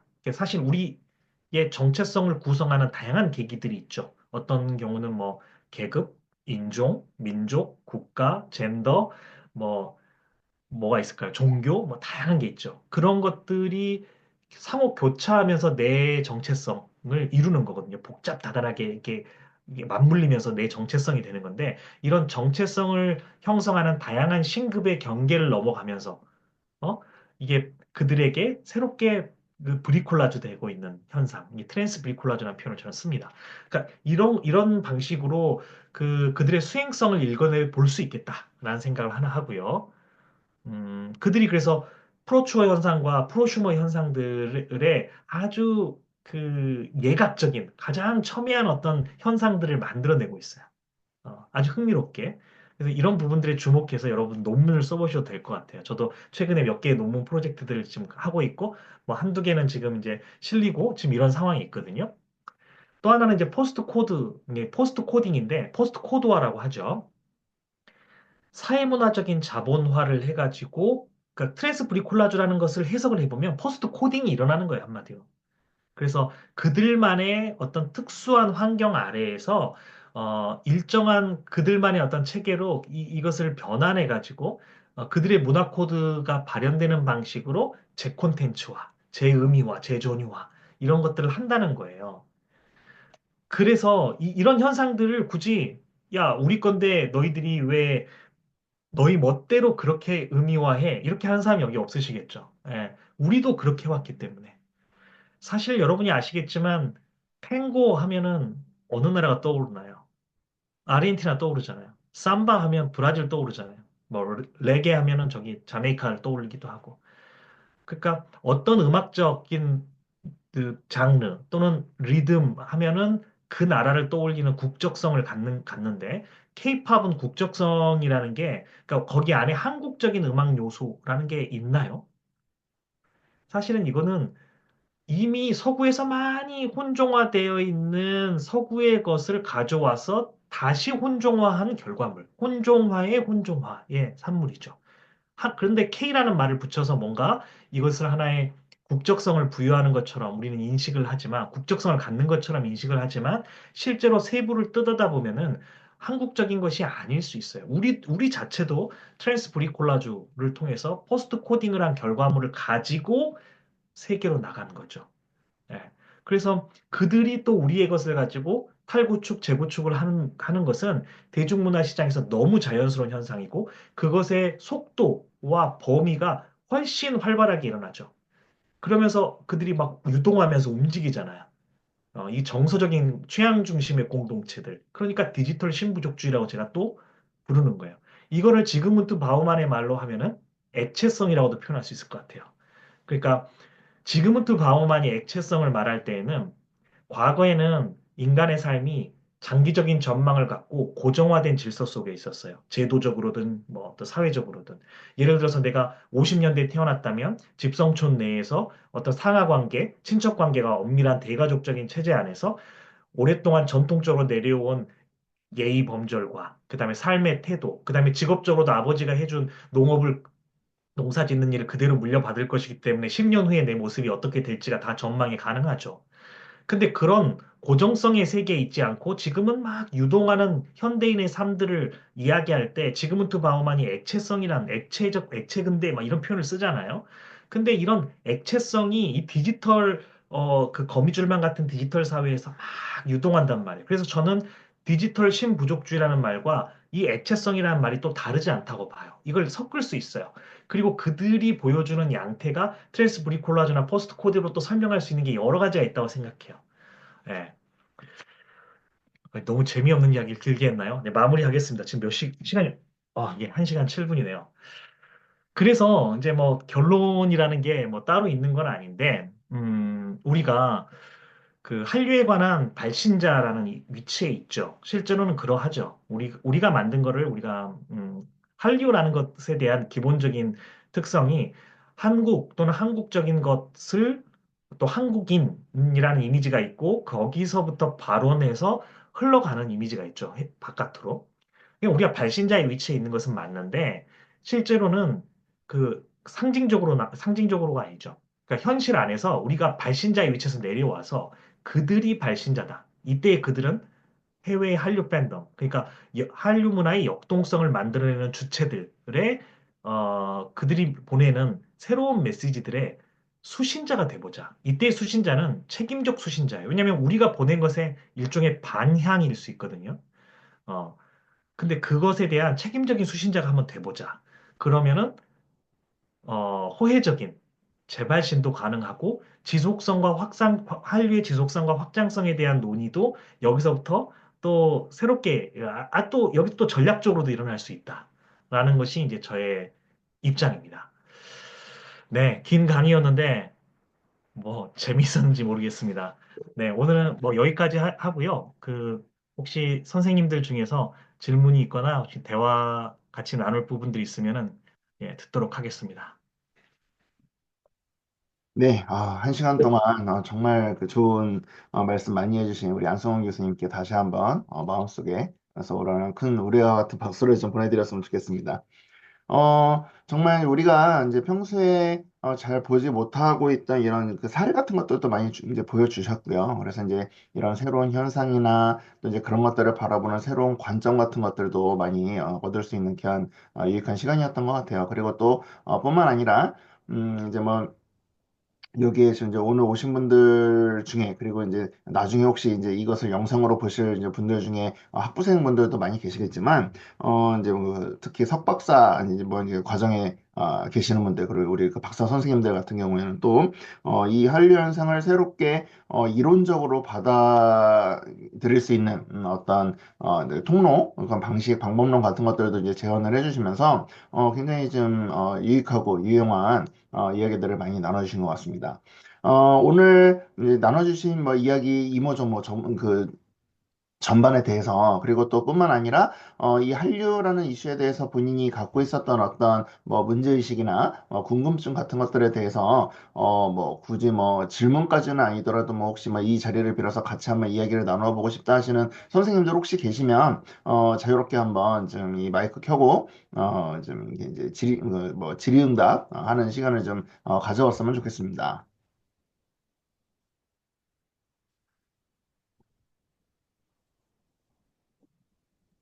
혹시 질문 드려도 괜찮으실까요? 네네네. 네. 네. 안녕하세요. 저는 이제 한국외국어대학교 글로벌 문화 콘텐츠학과 석사 수료생으로 있는 강다은 학생입니다. 제가 또 팬덤을 주제로 해서 현재 연구를 하고 있다 보니 오늘 강의 소식을 듣고 바로 이렇게 듣게 되었는데요. 이제 아무래도 팬덤이라고 하다 보면은 또 요즘 좀 많이 제가 생각을 좀 해보고 또 다른 분들의 의견을 듣고 싶었던 부분을 조금 여쭤보고 싶었습니다. 아무래도 이제 팬덤이라고 했을 때 국내 팬덤과 해외 팬덤이 나누어지다 보니까 뭔가 그 본인이 좋아하는 아이돌이나 연예인이 어떤 좀 뭔가 자잘한 것부터 해서 조금 사건 사고가 일어난다고 하면은 그게 국내와 해외 팬덤이 바라보는 관점이 되게 다른 것 같아요. 그래서 이 부분에 있어서 좀 약간 팬덤이라고 했을 때 좀 어떤 기준을 가지고 또 본인이 좋아하는 아이돌을 바라봐야 하는지에 대해서 다른 분들의 의견을 여쭤보고 싶었습니다. 왜냐하면 팬덤도 어찌 보면은 본인이 좋아하는 스타에 대해서 무한한 애정을 가지고 있지만 쓴소리를 해야 할 때는 또 쓴소리가 필요한 역할을 또 해준다는 생각이 들었거든요. 그래서 혹시 어떻게 생각하시는지 궁금했습니다. 네, 제가 그 질문을 잘 이해했는지 모르겠는데, 이제 국내 팬덤과 해외 팬덤 사이에 소위 팬덤의 액티비즘, 그러니까 팬덤이 활동하는 방식이 좀 다르다는 것을 먼저 말씀하신 것 같고, 그런가요? 그리고 이제, 팬과 스타 사이의 관계를 설정할 때 일방적으로 그냥 좋아만 하고 열정을 보내고 그런 게 아니라 뭔가 쓴소리를 해야 될 것 같은데, 어떻게 관계 설정을 해야 되느냐, 뭐 이런 문제였던가요? 네, 맞습니다. 왜냐하면 또 해외 팬덤들이 또 한국이랑은 또 다른 사고방식을 가지고 있다 보니까 뭔가 어떤 연예인이 좋아하는, 본인이 좋아하는 연예인이 어떤 잘못을 했다고 한들 그냥 무지성으로 나는 너를 응원해. 이런 식으로 하다 보니까 그 부분에 대해서 국내 팬들과의 갈등 요소가 많이 있던 사례들이 많았다 보니까 그 부분에 있어서 과연 올바른 팬덤의 가치관이 어떤 것인지에 대해서 좀 궁금했었습니다. 왜냐하면 저도 국내 팬덤을 그 관점에서 바라봤을 때, 무조건 이 연예인이 좋다고 해서 그런 잘못한 것들까지 다 무조건 그렇게 감싸줘야 하는가에 대한 좀 의문점이 사실 많이 들었거든요. 혹시 이 네. 부분에 대해서는, 네.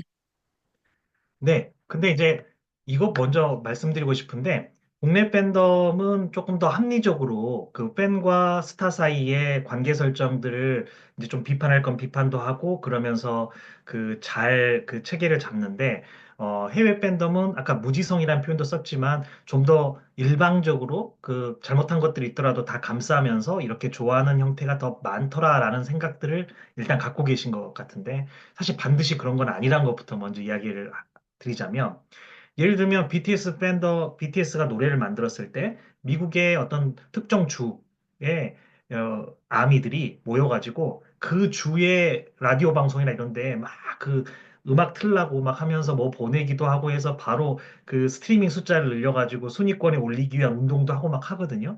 이거는 한국에서도 있는 일이잖아요. 무슨 사재기를 한다든지 뭐. 그러니까 그 일정하게 그 팬에 대한 충성도가 과도해서 팬의 충성도가 과도해서 실제로 시장을 교란하는 방식이라든지 아니면 합리적이지 않은 비이성적이라고 해야 되나요? 합리적이지 않은 방식으로 자신이 좋아함을 드러내는 형태가 있긴 있어요. 근데 또 한편으로 생각해 보면은 예를 들어서 인도네시아의 팬들이 어, 그 환경운동의 차원에서 케이팝 팬들이 엄청나게 모여가지고 피지컬 앨범을 이제 발매하지 말자. 그래서 한국에 와가지고 그 시위도 하고 없애기도 하고 그 뭐 하이브 앞에서 YG 앞에서 그렇게 하기도 하고 이것들이 이렇게 기후 환경에 대한 이렇게 보르네오 섬이라든지 이런 여러 그 인도에서는 그런 환경 문제에 대한 그 감각이 우리보다 좀 더 나은 부분들이 있거든요.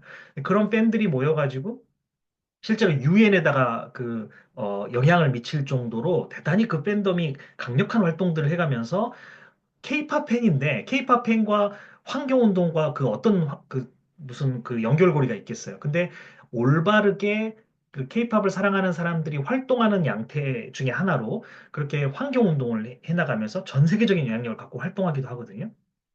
그러니까 제가 이런 말씀을 드리는 이유는 그 팬들의 그 활동이 국내와 국외가 특별하게 어디가 더 PC함이 더 높다, 낮다 이렇게 볼 수는 없을 것 같고 다양한 형태로 국내, 국외도 다 활동을 한다. 그런데 아까 말하는 것처럼 어떤 성찰적인 자세, 그 취향을 통해서 유동하긴 하지만 그래서 더 그 감정적으로 또 호흡 판단이 중요하죠. 뭐 좋아하고 좋아하지 않고 이게 더 중요하기 때문에 얼마나 가치 있느냐 이런 문제들보다도 그렇게 감정적인 어떤 그 공동체가 형성될 가능성이 훨씬 높은 것이긴 하지만 그럼에도 불구하고 다양한 사회적인 실천들이 많이 나타나요. 한두 개 예만 더 들자면 방글라데시 같은 경우는 그 방글라데시가 인도랑 접해 있는데 거기에 이제 그 강이라고 하죠. 그 바다와 연해 있는 그 강에 늘 범람을 해요. 근데 그만큼의 사회적인 인프라가 잘 갖춰지지 않아서 그게 늘 범람하고 홍수 피해를 많은 사람들이 있고 이거를 바로잡지 못해요. 국가의 구조적인 어떤 그 한계가 있죠. 그래서 그거 나타날 때마다 한국의 한류 팬들이 모여가지고 구호 활동도 하고 그러면서 사실 한류 팬과 자국의 그런 수혜민, 뭐 이재민들을 돕는 것과 그 큰 차이가, 큰 어떤 관련성은 없잖아요. 그런데 이런 사회에 긍정적인 영향을 미치는 방식으로 자신들의 힘들을 모아가지고 활동도 하고 하거든요. 그러니까 어떤 다양한 팬덤에 대한 사례들을 조사하면서 조금 더 종합적인 시선을 갖추시면 이제 더 좋은 논문도 쓰실 수 있을 것 같아요. 예. 답이 됐는지 모르겠습니다. 아, 네, 너무 설명 잘해주셔서 잘 들었습니다. 감사합니다. 네, 또 혹시 뭐 평소에 뭐 이렇게 좀 담아두고 있었던 뭐 이야기들이나 질문하고 싶었던 내용들, 또 남들과 나누고 싶었던 내용들 있으신 분들 있으면 한번 이야기 들어봤으면 좋겠는데요. 아, 네, 김소영 교수님. 네, 네, 안녕하세요. 안승범 선생님 오랜만에 뵙겠습니다. 오늘 주제가 저도 조금은 연구한 주제라 더 이론적으로 깊이 있게 알 수 있어서 너무 감사했고요. 정말 잘 들었습니다. 저도 이전에 BTS 아미를 그 마페졸리의 신부족으로 쓴 논문이 있었거든요. 몇 년 전에. 맞아요, 어, 맞아요. 네, 그랬는데 사실 그 논문을 쓰고 이후에도 좀 공동 연구를 통해서 팬덤 연구를 하긴 했지만 제가 두 가지 연구에 있어서의 한계랄까요? 그런 걸 느꼈는데 그 두 개가 뭐냐면 첫 번째는 선생님 제가 카메라 못 켜서 죄송합니다. 괜찮습니다. 주말이라 네. 첫 번째 한계는 이 문화 콘텐츠 학이나 문화 콘텐츠 연구가 느끼는 공통된 한계일 텐데 이 팬덤 연구가 아무래도 디지털 시대에 들어서면서 디지털 미디어와 아주 긴밀하게 연결돼 있잖아요. 오늘도 디지털 신부족이라고 하셨듯이.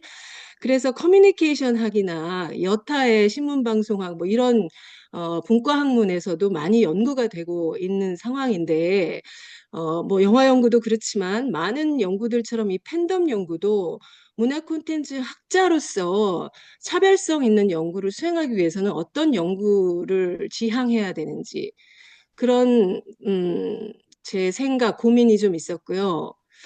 두 번째는 이게 아무래도 팬덤이고 아까 뭐 재발신자, 수신자, 수용자 여러 가지 개념들을 말씀하셨지만 어쨌든 프로슈머든 발신자든 수신자든 그 어, 조사 대상을 저는 좀 긴밀하게 접촉하는 연구가 필요하다고 생각하거든요. 그러니까 커뮤니케이션 학에서 하는 그 양적 연구가 되겠죠.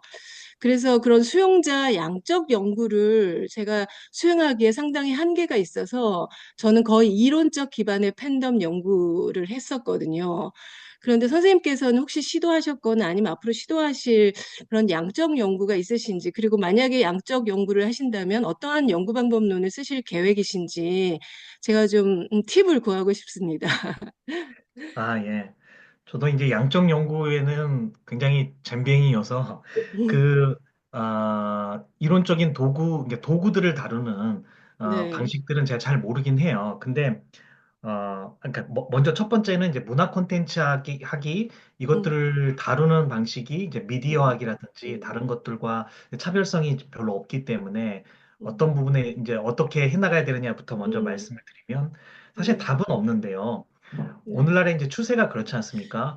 최근에도 저도 지금 학교에서 탑다운 방식으로 제가 라이즈 사업이라고 해서 아마 다 아실 거예요. 무슨 서울시 라이즈 사업 해가지고 서울시가 그 서울 소재 대학들에게 565억을 나눠주는데 그 대학들마다 자기들이 음, 과제 제안서를 써가지고 지금 경쟁을 하는데 보통 이런 큰 이제 대형 과제들의 그 모토가 네, 문과학문의 경계를 벗어나라, 융합해라는 거예요. 네, 다학제적인, 간학문적인 그렇죠. 어떤 틀을 네, 만들어 가지고 제안서를 음, 써라는 거예요. 음, 그러니까 미디어학이라는 것도 과거에 신문 방송이었잖아요. 신문 네, 방송. 딱 두 음, 가지를 그 학과명에 넣어가지고 신문 음, 방송학이었고 대부분의 학교들이 그러다가 언론 정보라는 말 붙였어요. 음, 신문과 방송을 유통되는 것이 일종의 언론 정보인 거죠. 네, 그러다가 지금은 미디어 커뮤니케이션, 보통 이렇게 부르잖아요.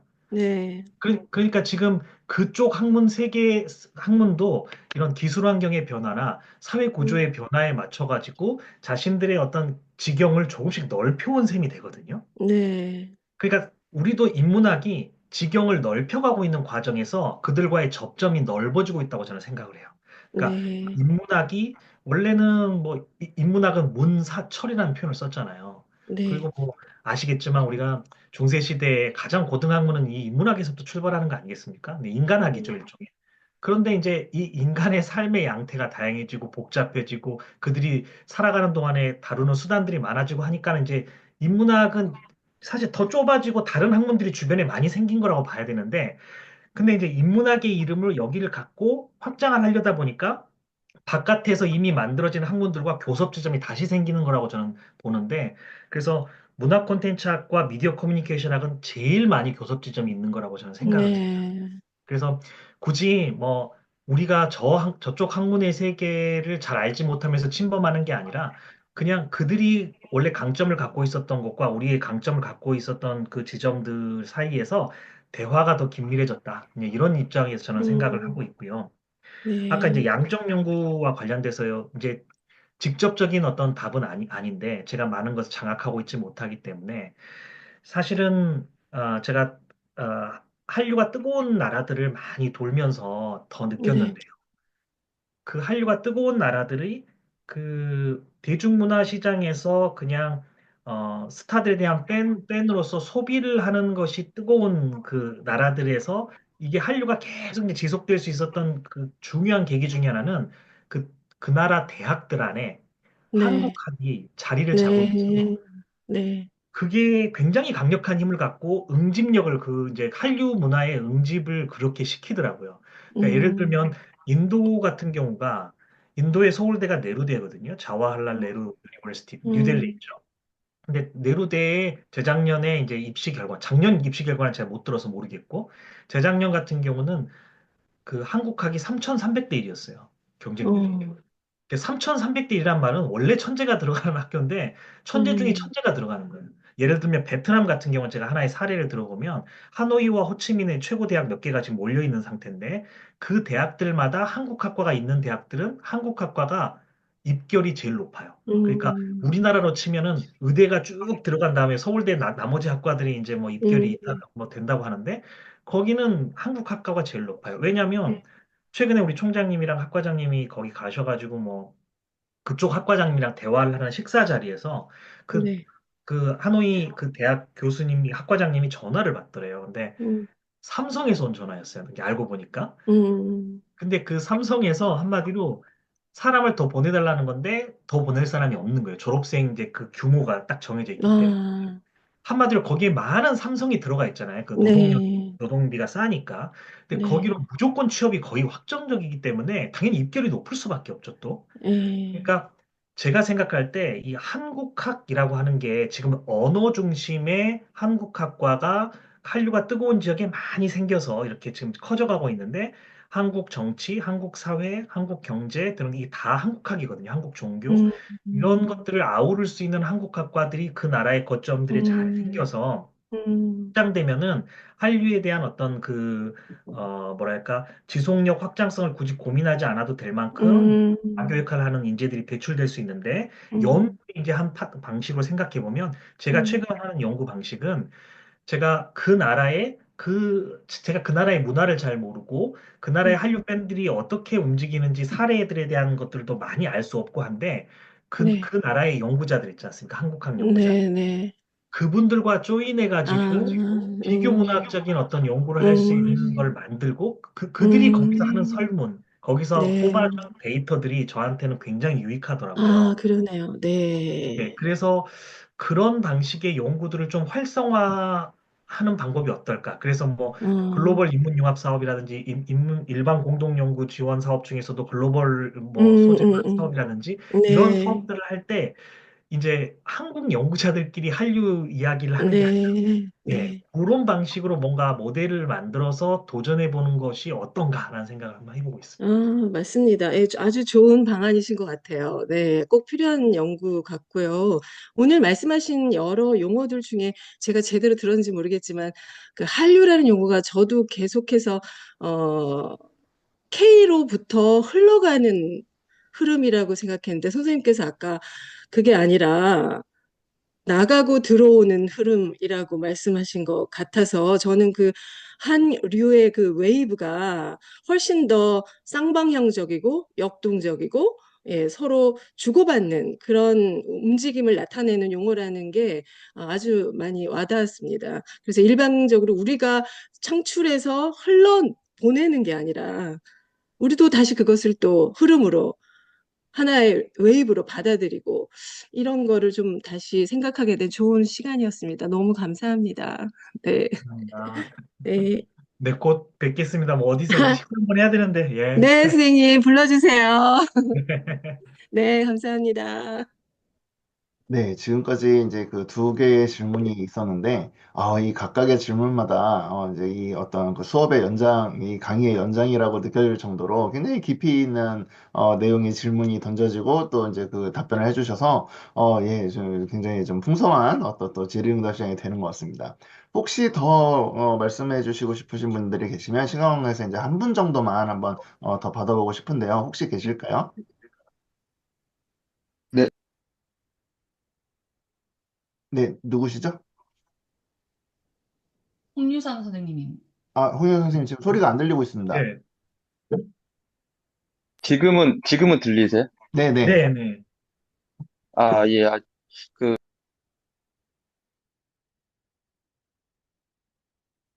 또 안 들립니다. 선생님 죄송한데 얼굴을 키면 어, 소리가 안 들리는 것 같습니다. 이렇게 하면 들리세요? 네네. 이게 무슨 탭하고 말하기를 뭐 눌러야 돼가지고. 그렇구나. 그, 저는 대만 사범대에서, 지금 한국학 강의와 연구를 하고 있는 홍유선인데요. 반갑습니다. 안승범, 예, 교수님 한번 꼭 뵙고 싶었는데, 이렇게 온라인으로나마 뵈서 너무 반갑습니다. 아까 뭐 뭐 해외 한국 학자들과 교류를 해서 많은 뭐 공동 연구를 해야 된다고 말씀해 주셨는데, 예, 저한테도 많은 좀 연락 부탁드립니다. 네, 연락드리겠습니다. 예, 저희도 한국학연구센터를 지금 운영을 하고 있어요. 작년에 지금 개설을 하고, 예, 해서 좀 많은 교류가 이어졌으면 좋겠습니다. 아까 말씀해 주신, 그러니까 재생산되는 형태가 이제 세 가지로 나뉘잖아요. 그러니까 뭐 그 원래 콘텐츠가 변형되는 수준에 따라서 뭐 초기 단계는 단순한 인용에 머무르는 단계였다가 나중에는 그것을 적극적으로 좀 활용하지만 또 그 제작자의 색깔이 많이 들어가는 형태로 되는 뭐 참조 형태. 그리고 그게 이제 더 높은 수준에 되면은 뭐 완전히 이제 원래 색깔을 잃어버리고 제작자의 수단화로 변형되는 그런 형태까지 어, 그 이루어지는 세 단계로 말씀해 주셨는데 그게 어떤 한 국내에서, 그러니까 외국에서 한 국가로 지정한다면은, 뭐, 예를 들어 대만으로 지정을 한다면, 그러니까 직업별로, 직업이나 어떤 그러니까 직업에 따른 그, 뭐랄까요. 변형되는 수준이 좀 다를 수도 있겠다라는 생각이 들어요. 그러니까 예를 들어서, 어, 학생들 같은 경우는, 학생 같은 그냥 일반 소비자 같은 경우는 그 한류 콘텐츠를 일반적인 인용이나 비판 정도 수준에 머무르는 게 많은 것 같고, 그리고 이거를 그러니까 상업화해서 상업적인 이익을 보려는 어떤 상인 계층이랄까요? 그런 직업에서는 좀 아까 말씀하신 두 번째 단계, 뭐 이렇게 참조라든지 그 정도의 단계로 사용하는 경우가 많은 것 같고, 그리고 특히 이제 완전히 변형돼서 그것을 한류 콘텐츠를 수단화해서 한류 콘텐츠에서 원래 그 보내려던 그런 의도를 완전히 배제하고 자기의 의도를 주장하기 위해서 수단화한 그런 형태. 제가 그 용어가 지금 생각이 안 나는데 예, 그런 거 같은 경우 보통 정치와 관련된 그런 직군에서 좀 많이 나타난다는 경향이 있다라고 갑자기 지금 제가 이제 교수님 강연을 들으면서 생각이 난 거거든요. 네, 이제 교수님께서는 좀 이런 직업군에 따른 그런 차이가 있는지, 에, 그런 뭐 리메이크 수준의 어떤 차이가 있는지에 대한 어떤 교수님의 생각이 좀 궁금하고, 제가 더 궁금한 거는, 이제 교수님께서는 이제 여러 국가를 또 많이 다녀보셨으니까, 다녀보시면서 관찰을 하신, 뭐 경험이 있으시니까, 거기에 대해서 좀 여쭤보고 싶은데요. 그러니까 국가마다 어떤 문화가 좀 다르잖아요. 예를 들어서 어떤 국가는 국가주의나 단체주의라는 그런 색깔이 좀 강한 국가들이 있고, 또 어떤 국가들은 약간 개인주의적인 성향, 혹은 뭐 민주주의가 좀 발전된 그런 국가들이 있을 텐데, 그런 국가적인 문화나 혹은 성향에 따라서 리메이크 되는 그런 수준이 아까 말씀 그 3단계에 따른 그런 비율이 좀 차이가 있는지 그런 게 좀 궁금합니다. 교수님의 생각을 좀 말씀해 주시면 감사하겠습니다. 네. 네. 너무 좋은 질문이고요. 계속 같이 하고 싶습니다. 예. 사실 뭐 다른 이야기지만 저기 외국에 있는 교수님들과 가장 같이 협업을 많이 할 때 그 나라의 뭐 한국학중앙연구원에서 뭐 CRT형 사업이라든지 또는 뭐 중액형 사업이라든지 해외의 연구소나 대학을 지원해주는 한국에서 펀드 사업이 있지 않습니까?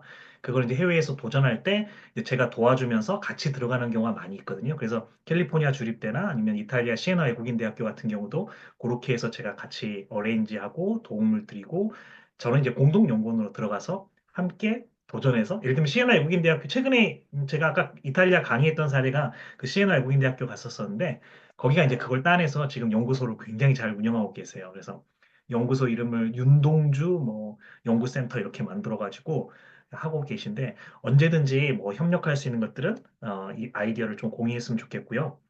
아까 이제 첫 번째 질문이 직업군과 관련된 질문이었는데 꼭 직업군이라기보다는 그러니까 우리가 보통 팬으로서 처음 접촉하는 과정에서는 일방적인 수용이나 향유를 하기 마련이잖아요. 그러니까 즐겁게 누리는 거죠. 내가 그거를.